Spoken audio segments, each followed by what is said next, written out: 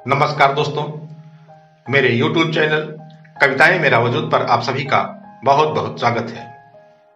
दोस्तों, कहते हैं कि धैर्य और संयम सफलता के दो ऐसे मोती हैं जिन्हें हम धारण कर लें तो हमें निश्चित ही सफलता मिलती है। दोस्तों, आज मैं आपसे महाकवि सूर्यकांत त्रिपाठी निराला द्वारा रचित कविता राम की शक्ति पूजा का एक प्रसंग साझा कर रहा हूं। राम रावण का युद्ध चल रहा था। पहले दिन का युद्ध समाप्त होता है तो राम की सेना रावण की सेना के आगे हताश और निराश हो जाती है। उसका मनोबल टूट जाता है। राम को अपनी विजय पर संदेह होने लगता है।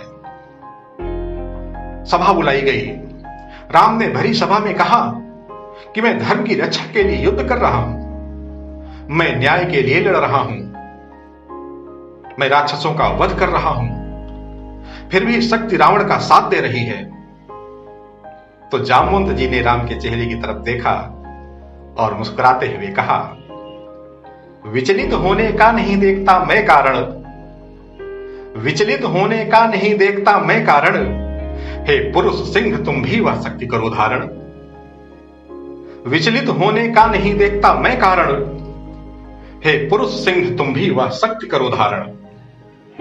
जामवंत जी ने कहा कि प्रभु, यदि रावण अन्यायी और अधर्मी होकर सच्ची उपासना के द्वारा शक्ति को अपने पक्ष में कर सकता है, तो आप भी सच्ची उपासना और साधने के द्वारा शक्ति को अपने पक्ष में ला सकते हैं। आप तो धर्म के लिए युद्ध लड़ रहे हैं ना, तो फिर शक्ति आपका साथ क्यों नहीं देगी। जामवंत की यह सलाह सुनकर राम के निराश और हताश मन में आशा का संचार हो गया। श्री राम ने हनुमान को आज्ञा दी कि हनुमान, मुझे साधना के लिए 108 कमल के पुष्प चाहिए। राम के आदेशानुसार हनुमान 108 कमल के पुष्प लाकर श्री राम के सामने रख देते हैं। सामने विराट पर्वत की फैली प्रकृति को ही महाशक्ति का प्रतिरूप मानकर राम शक्ति की आराधना में लीन हो जाते हैं। सुबह हुई, युद्ध प्रारंभ हुआ, लेकिन राम शक्ति की आराधना में लीन रहते हैं। प्रत्येक जप के बाद, प्रत्येक मंत्र के बाद राम शक्ति को कमल के पुष्प अर्पित करते रहे। साधना का आखिरी दिन अर्थात 8वां दिन भी आ पहुंचा। शक्ति को अर्पित करने के लिए एक कमल पुष्प अभी बचा हुआ था।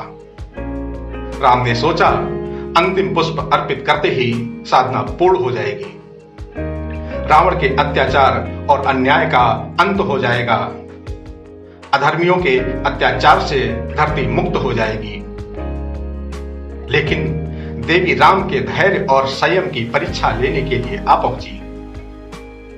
देवी ने अंतिम कमल का पुष्प चुरा लिया और राम ने जैसे ही अपना हाथ पुष्प लेने के लिए बढ़ाया तो पुष्प मिलता ही नहीं है।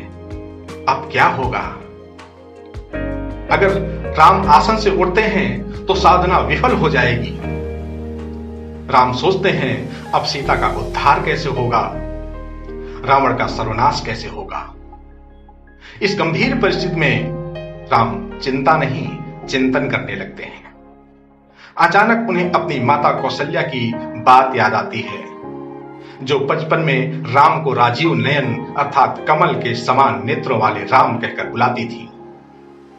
राम ने देवी से कहा, कहती थी माता मुझे सदा राजीव नयन, पूरा करता हूं देकर माता एक नयन। कहती थी माता मुझे सदा राजीव नयन, पूरा करता हूं देकर माता एक नयन। कि हे माता, मेरी मां कौशल्या मुझे बचपन में कमल के समान नेत्रों वाली कहती थी, तो मुझे तो आपको एक ही कमल का पुष्प अर्पित करना है। मेरे पास तो मेरे नेत्र रूपी 2 कमल के पुष्प हैं। मैं अपना एक नेत्र रूपी कमल का पुष्प अर्पित करके मैं साधना पूर्ण करता हूं। जैसे ही राम अपने तीर से अपनी दाहिनी आंख निकालने के लिए उद्धृत होते हैं, देवी प्रकट हो जाती हैं और कहती हैं कि हे राम, धैर्य और संयम की परीक्षा में तुम सफल हुए। और इतना कहकर होगी जय हे पुरुषोत्तम नवीन, होगी जय हे पुरुषोत्तम नवीन, कहकर महाशक्ति राम के बदन में हुई लीन, कहकर महाशक्ति राम के बदन में हुई लीन। और फिर राम की शक्ति की साधना पूर्ण हो जाती है और राम रावण का वध कर देते हैं। दोस्तों, इस कहानी से हमें यह सीख मिलती है कि हम विषम परिस्थितियों में भी धैर्य और संयम कभी न खोएं। तो दोस्तों, फिर मिलेंगे एक नई कहानी के साथ। तब तक के लिए आप सभी को नमस्कार।